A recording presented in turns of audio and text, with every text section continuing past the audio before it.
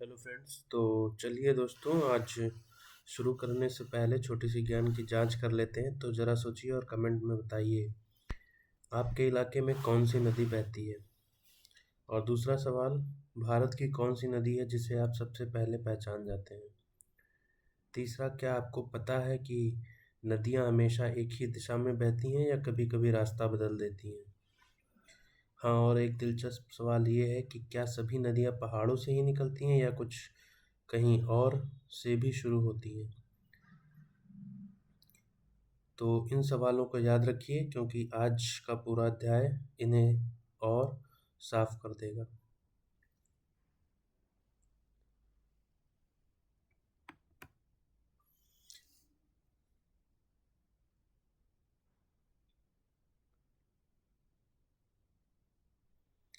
तो नमस्कार दोस्तों, स्वागत है आपका हमारे चैनल में।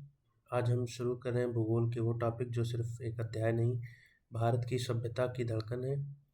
भारत की नदी प्रणाली। नदियाँ सिर्फ पानी की धाराएं नहीं, ये हमारी कृषि, शहरों और संस्कृति और इतिहास की आधार रेखा है। तो चलिए इस शानदार यात्रा को शुरू करते हैं।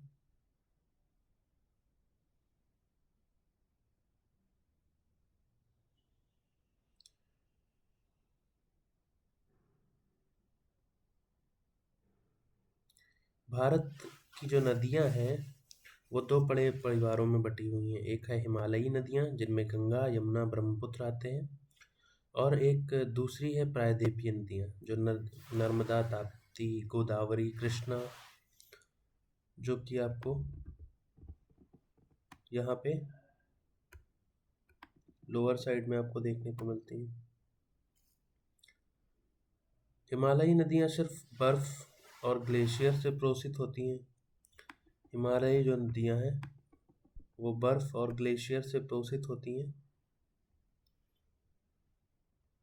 जबकि जो प्रायद्वीपीय नदियाँ हैं वो बारिश पर ही निर्भर होती हैं, इसलिए इसका प्रवाह ऋतुओं के साथ बदलता है। जो ये इस जगह की सारी नदियाँ हैं, यहाँ पे जो भी हिमालयी नदियाँ हैं यहाँ से पोषित हो रही हैं, जैसे इंडस हो गई, रावी हो गई, ब्यास, सतलुज, यमुना, गंगा, गोमती, घाघरा, गंडक, ये सारी नदियाँ हिमालय से पोषित हो रही हैं। ब्रह्मपुत्रा, जिसे तिब्बत में यारलुंग शांगपो कहते हैं, और भारत में ब्रह्मपुत्र कहते हैं। सिक्किम से निकलने वाली तीस्ता नदी, ये सारी नदियाँ हिमालयी नदियाँ हैं। जबकि जब हम देखते हैं प्रायद्वीपीय नदियों को, तो प्रायद्वीपीय नदियाँ हमारी ये देखिए, नर्मदा, तापी, ये देखिए यहाँ से निकल रही है नर्मदा।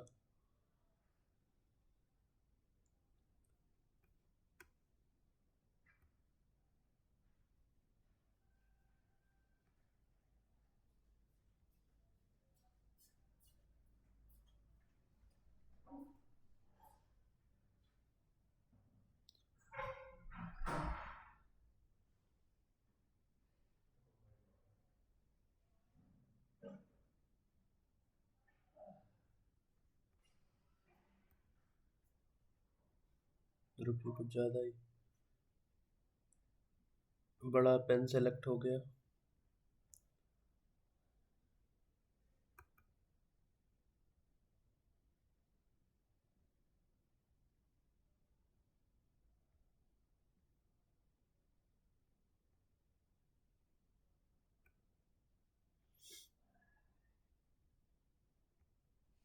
तो हिमालय नदियाँ सिर्फ ग्लेशियर और बर्फ़ जो होता है, जो इस रीजन में ग्लेशियर और बर्फ़ पड़ती है हमारी ठंड में, जो इस समय पड़ रही होगी इस रीजन में, उनसे पोषित होती है। जो बर्फ़ इकट्ठा हो जाती है पूरे 2-3 महीने, 4 महीने, जो भी इकट्ठा होती है बर्फ़ गिरती है, जो उस बर्फ़ की जो जमाव होता है उससे ये साल भर पोषित रहती हैं। प्रायद्वीपीय नदियाँ जो है बारिश पे ही केवल निर्भर रहती हैं, यानी जब बारिश होती है तो उनमें बहुत एकाएक फ्लो आता है और वो आगे की ओर बहती हैं।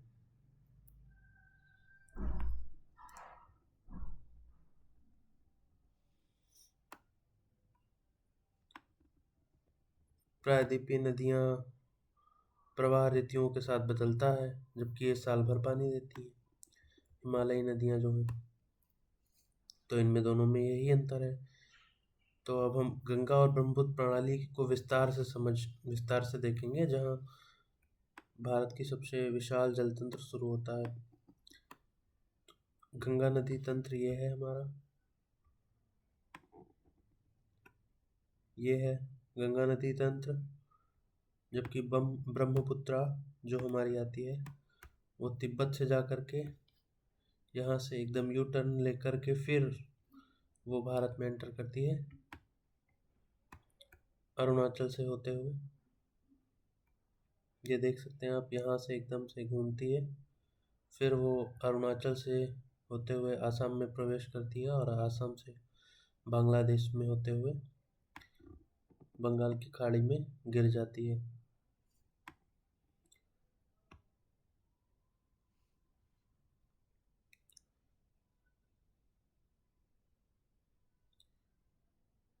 ये नदियाँ सिर्फ भौगोलिक इकाई नहीं, बल्कि करोड़ों लोगों की जीवन रेखा है। तो गंगा नदी की कहानी, गंगा नदी जो है, इसकी बहुत सारी सहायक नदियां हैं, आप देख सकते होंगे। दाहिने किनारे पर यमुना, चंबल यमुना की सहायक है।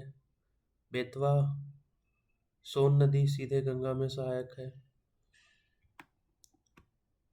गोमती, घाघरा, गंडक और कोसी इसके लेफ्ट रिवर बैंक पे मिलती हैं, जबकि राइट रिवर बैंक पे यमुना मिलती है और सोन मिलती है। हर नदी अपने साथ नई मिट्टी, नई धारा और नया भौगोलिक चरित्र लेकर आती है। तो गंगा का जो तटवर्ती मैदान जो है वो बेहद ही उपजाऊ है। इसी वजह से उत्तर प्रदेश, बिहार, पश्चिम बंगाल भारत के सबसे उत्पादक कृषि राज्य बने हुए हैं। गंगा प्रणाली की सबसे प्रसिद्ध सहायक नदी है यमुना। यमुना यमुनोत्री ग्लेशियर से निकलती है और त्रिवेणी संगम इलाहाबाद में गंगा से मिल जाती है। तो ये जो पॉइंट है जहाँ पे यमुना मिलती है, ये है इलाहाबाद की त्रिवेणी संगम, जहाँ पे माघ मेला और ये कुंभ मेला लगता है, वहीं पे। जबकि गंगा जो है गंगोत्री ग्लेशियर से आती है, जहाँ से भागीरथी नाम से निकलती है। जो गंगोत्री ग्लेशियर है, यहाँ पे गंगोत्री ग्लेशियर भागीरथी नाम से निकलती है, और इसके बाद देवप्रयाग में अलकनंदा से मिलकर इसका नाम गंगा हो जाता है। देवप्रयाग में अलकनंदा नदी से मिलती है, फिर यहाँ पे इसका नाम गंगा हो जाता है।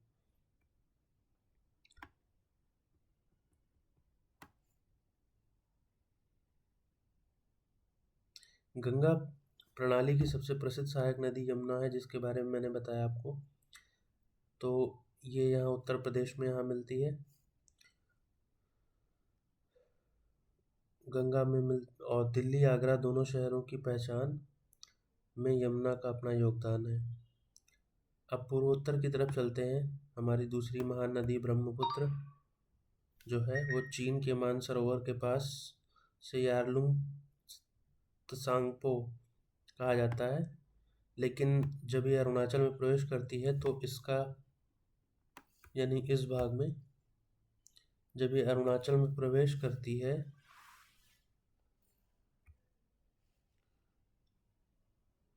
तो असली भारतीय रूप शुरू होता है। तेज धारा, गहरी घाटियाँ और भारी जल प्रवाह। ब्रह्मपुत्र असम में एक विशाल मैदान बनाती है, जिसे ब्रह्मपुत्र घाटी कहते हैं। ये नदी अपनी दिशा लगातार बदलती है, जिससे कटाव और जलोढ़ मिट्टी का निर्माण होता है। असम की चाय खेती और जीवन सब इस नदी के कारण फलते फूलते हैं। दोनों नदियों का जादू अपने शिखर पर पहुंचता है जब ये सुंदरबन डेल्टा बनाती हैं। सुंदरबन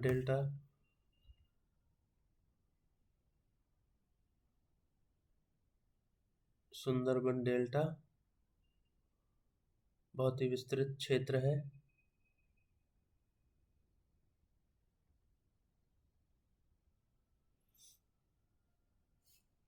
तो ये पूरा क्षेत्र, विस्तृत क्षेत्र सुंदरबन डेल्टा बनाने का ही इलाका है। यहाँ पे मैंग्रोव्स पाए जाते हैं और ये सुंदरबन यहाँ पे बाघों के लिए काफ़ी अच्छा इलाका है। ये बाघों के लिए यहाँ पे काफ़ी ज़्यादा बंगाल टाइगर्स पाए जाते हैं इन जंगलों में यहाँ पे, जिनकी खबरें आप लगातार देखते रहते होंगे, सुनते रहते होंगे।